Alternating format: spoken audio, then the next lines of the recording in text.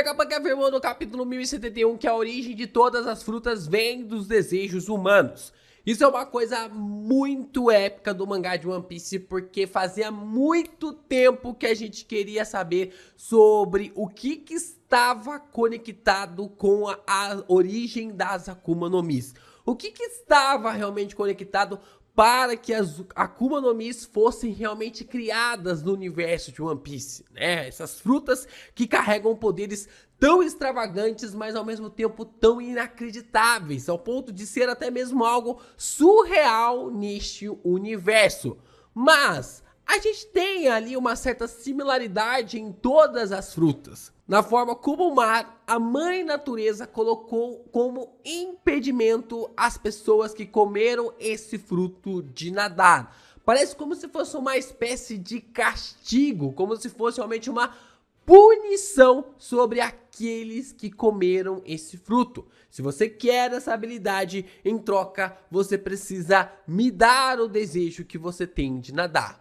Por que realmente isso está ligado? Porque o mar fez isso e como a árvore de Eva e as Akuma no Mis estão conectados a todas essas performances. Como que a árvore de Eva e também todas essas frutas estão conectadas aos desejos humanos.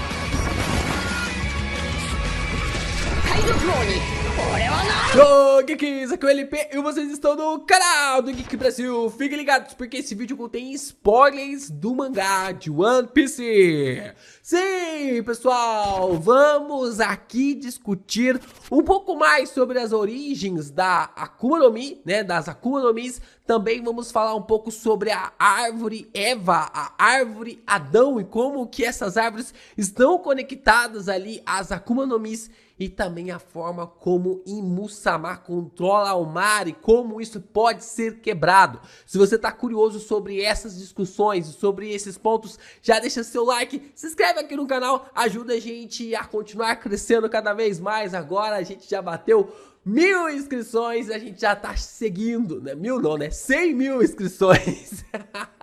Eu ainda não tô acreditando que a gente já bateu essa marca, mas a gente tá aqui realmente pra celebrar e falar ainda mais de One Piece, porque tem muita coisa legal. Agora as coisas estão começando a fazer muito mais sentido na minha cabeça em relação a essas histórias, a essas teorias, e fica comigo que eu tenho certeza absoluta que essa teoria vai explodir sua cabeça. No capítulo 1071 do mangá de One Piece, Vegapunk nos contou sua teoria de como as Akuma no Mis foram feitas. De acordo com o cientista, os desejos humanos foram o que criaram as Akuma no Mis. Uma pessoa desejou não passar mais frio, recebeu a fruta do casaco. Alguém queria muito atrair as coisas magnéticas, recebeu a fruta do magnetismo. Alguém queria muito realizar uma cirurgia, recebeu a fruta da operação e assim por diante. A forma como isso é colocado na história de um jeito bem simples, mas ao mesmo tempo tão aprofundado, mexe com a nossa expectativa de que desejos podem ser realizados. Desejos podem ser concedidos para aqueles que têm ali uma força de vontade incomum. Isso é extremamente importante para nós, para entendermos um pouco mais sobre os desejos dos humanos para se obter os seus ideais. E desde os primórdios da humanidade, os desejos estão conectados com os seres humanos. Na mitologia nórdica, Odin entrega um olho pelo desejo da sabedoria.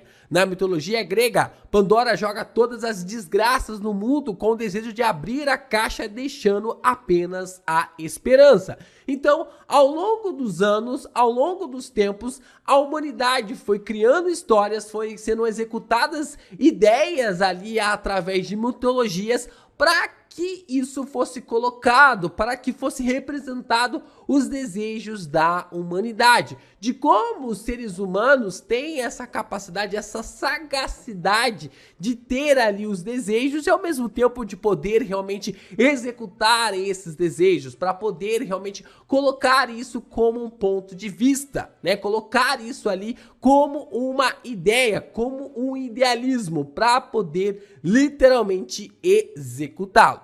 E no cristianismo isso não é diferente. Quando Deus cria Adão e Eva, ele coloca a árvore do bem e do mal no jardim e proíbe que eles comam o fruto. Eva não via a árvore com bons olhos até ser tentada pela serpente. Assim que foi tentada, comeu o fruto junto com seu marido e foram expulsos do jardim do Éden. Essa é uma performance bem interessante porque Eva, juntamente com Adão, não enxergavam ali o fruto como uma beleza, como algo até mesmo que pudesse ser bom. Mas depois de ter essa tentação, depois de ser falado, despertou um desejo no coração de Adão e de Eva.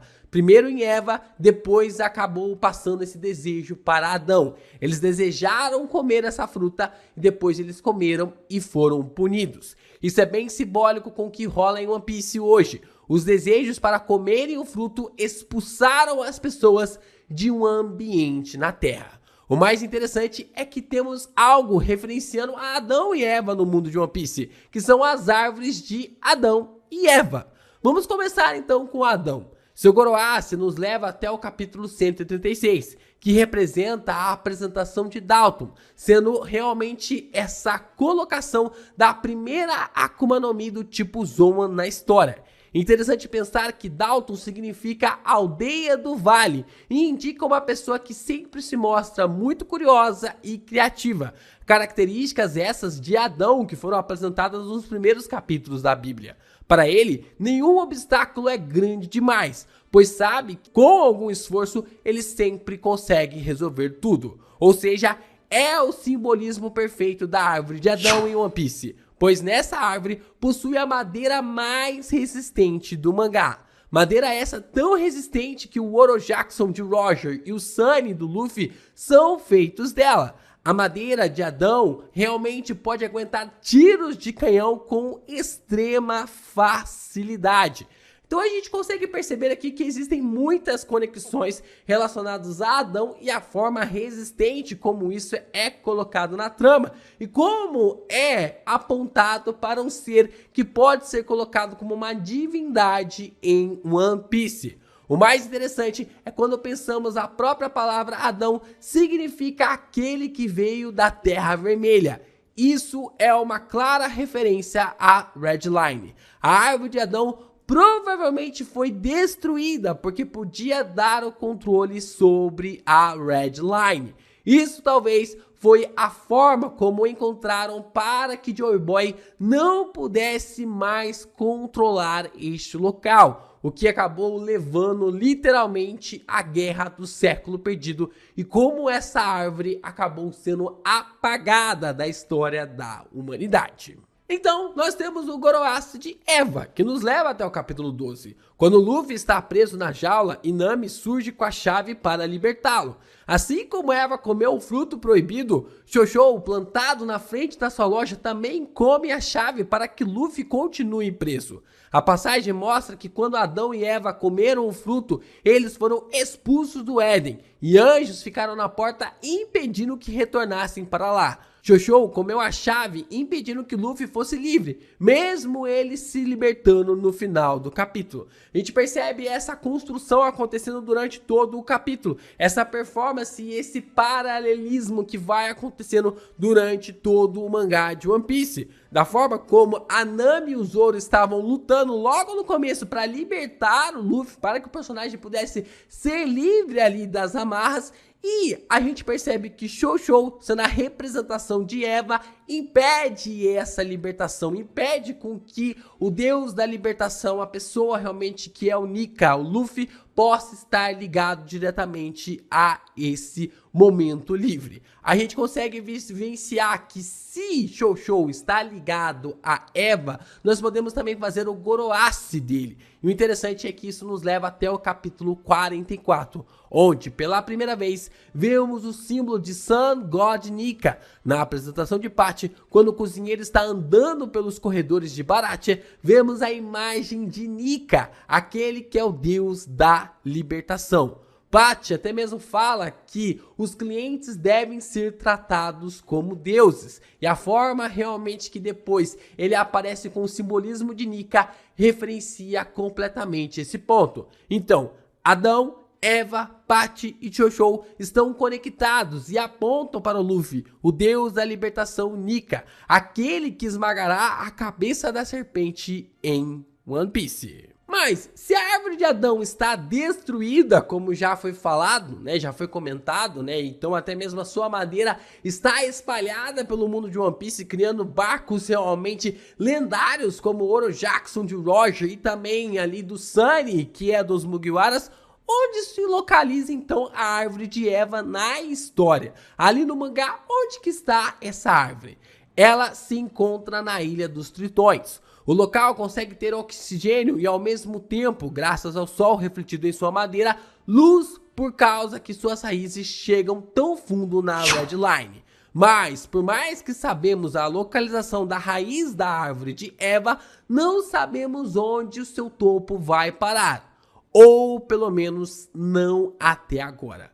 A Bíblia nos fala que a descendência de Eva esmagaria a cabeça da serpente. Normalmente, uma descendência é representada por uma árvore genealógica. Como se sabe, Maria é a descendência que gerou Jesus e criou a pessoa que esmagou a cabeça da serpente. Quando o anjo visitou Maria para anunciar sua gravidez, o anjo lhe chama de cheia de alegria. O mais interessante nisso é que Joyce também pode ser lido como Joyce, como o nome Joyce, que significa aquela que é feliz. Definitivamente, o Oda chamou Mary Joyce de Maria cheia de graça, ou seja, Eva é uma árvore e seu topo está em Mary Joyce. A gente tem toda essa parte genealógica falando ali de que o descendente de Eva seria enviado para esmagar a cabeça da serpente. A gente percebe através da árvore genealógica, olha que coisa maluca que o Oda fez.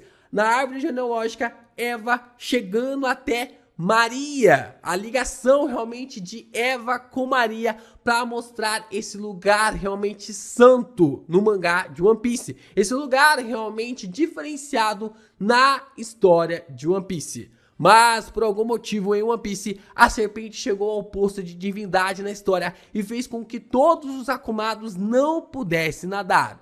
Por isso que na jornada de Roger, Bug e Toki ficaram doentes e não chegaram até a última ilha? Será que é por isso que nós temos ali os dois personagens que não conseguiram chegar na última ilha sendo Akumados? Porém, uma vez mais, dando ênfase ao ponto de que os Akumados foram expulsos do mar, assim como Adão e Eva foram do paraíso, e estando Laugh Tale em algum lugar dentro do mar, isso implica que eles não possam alcançá-la?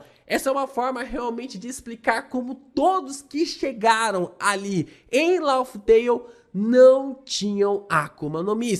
Todos aqueles que chegaram na última ilha juntamente com o Roger não tinham o poder de uma fruta do diabo, o que pode ser a classificação certa que para chegar neste lugar você precisa ter um haki absurdo pra caramba.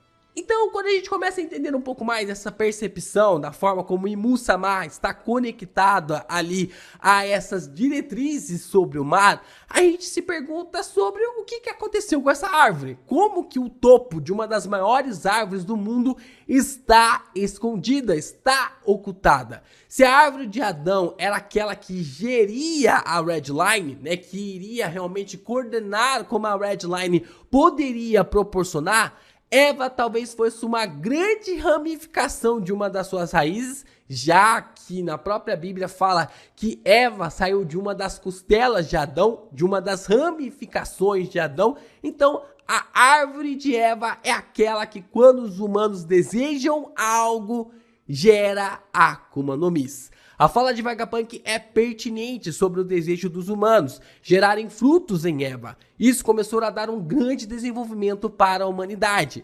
Mas alguém não gostou disso e quis o poder de Eva, controlando o poder e tomando para si, conforme vemos a imagem de Imu no castelo de Pangeia, com raízes e galhos formando o grande salão da vilã. Conforme a gente observa essa cena, ela é muito interessante, né? Porque a gente consegue visualizar vários galhos se realmente ramificando, como se fossem árvores tomando aquele salão. O que faz a gente se perguntar, aquele salão foi criado para aquelas árvores ou aquelas árvores foram colocadas para aquele salão? Essa é uma grande questão sobre esse ponto, para a gente entendermos como Imu-sama pode estar sobre o controle de Eva. Pode ter o controle ali dessa árvore que gerava os desejos dos seres humanos. Com Eva ficando em seu controle e com o apagar do século perdido, as pessoas perderam a noção do poder da árvore que podia gerar Akuma no Mi.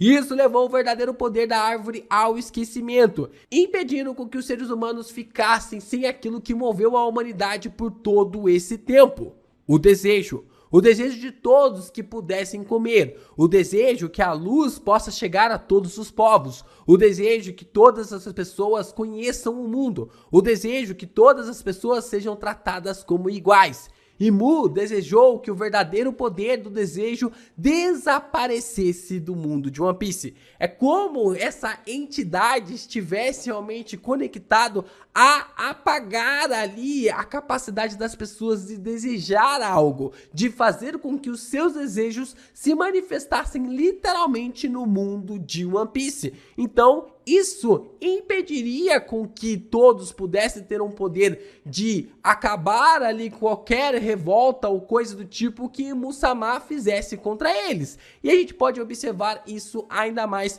com essas afirmações que o Vegapunk disse no capítulo 1071. Com essa ideia, podemos entender por que Imu-sama possui o controle do mar e impede que Akumados possam chegar até a última ilha. Mas existe algo que possa quebrar isso: o poder do Haki. Analisando toda essa questão, temos que voltar ao capítulo 597, quando Rei diz a famosa frase sobre o poder. Haki é um poder que está adormecido em todas as criaturas do mundo. Presença, espírito de luta e intimidação não é diferente das coisas que os humanos podem sentir naturalmente como essas. O ato de não duvidar, isso é força. Rei começa o treinamento do Luffy dizendo que o desejo do capitão seria sua bússola em busca do seu sonho. Se ele deseja se tornar o rei dos piratas, ele terá isso enquanto tiver a sua força de vontade.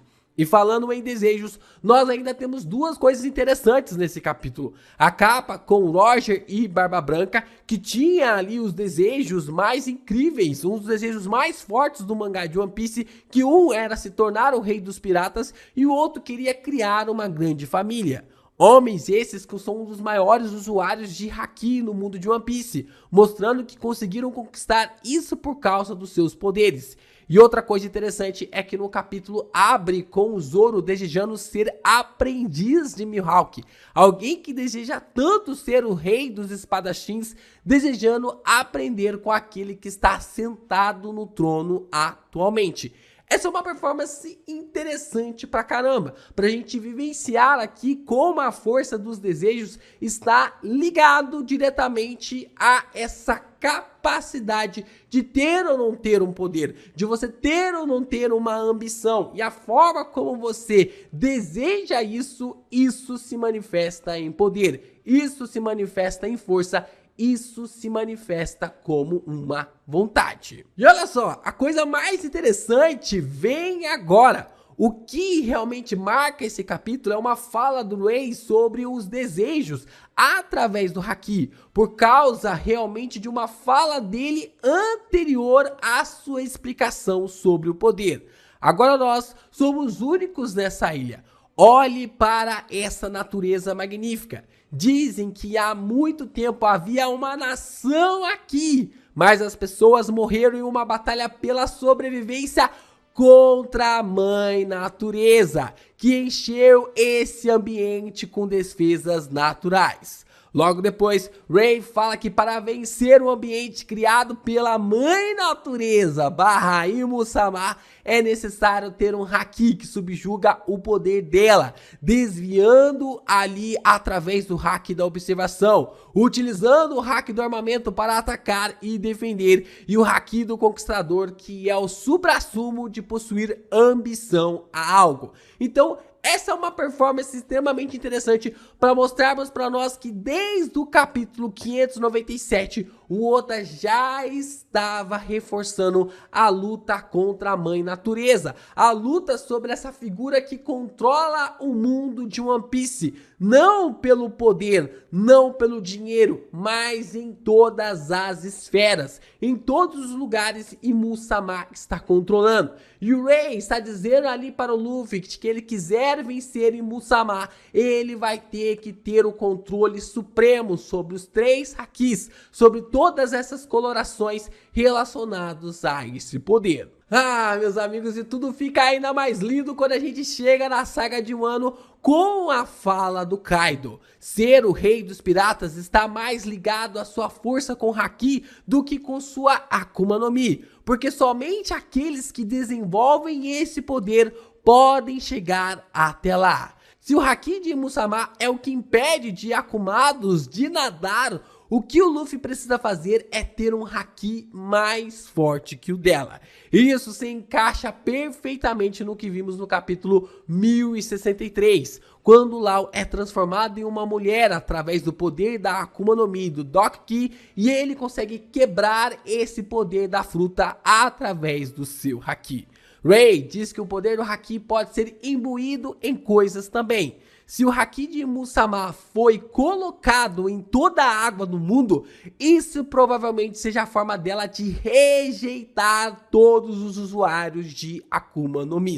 Da mesma forma como o Luffy consegue colocar ali o seu poder na borracha do seu corpo, da mesma forma como o Law consegue criar ali uma espécie de espectrograma para desfazer as transformações, do mesmo jeito como até mesmo ali o Shanks consegue paralisar e travar o Aramaki quando estava querendo realmente invadir a nação de Wano, nós temos aqui que Imu-sama pode ter colocado o seu haki para fazer com que sua vontade e sua força expulsassem todos os Akumados do mar, para que o mar rejeitasse eles. Essa seria uma forma bem interessante de amarrar todas as peças e realmente colocar de como desde lá atrás, desde o capítulo 1, o mar é o maior inimigo de um pirata. Transformar ali, cara, eu tô arrepiado.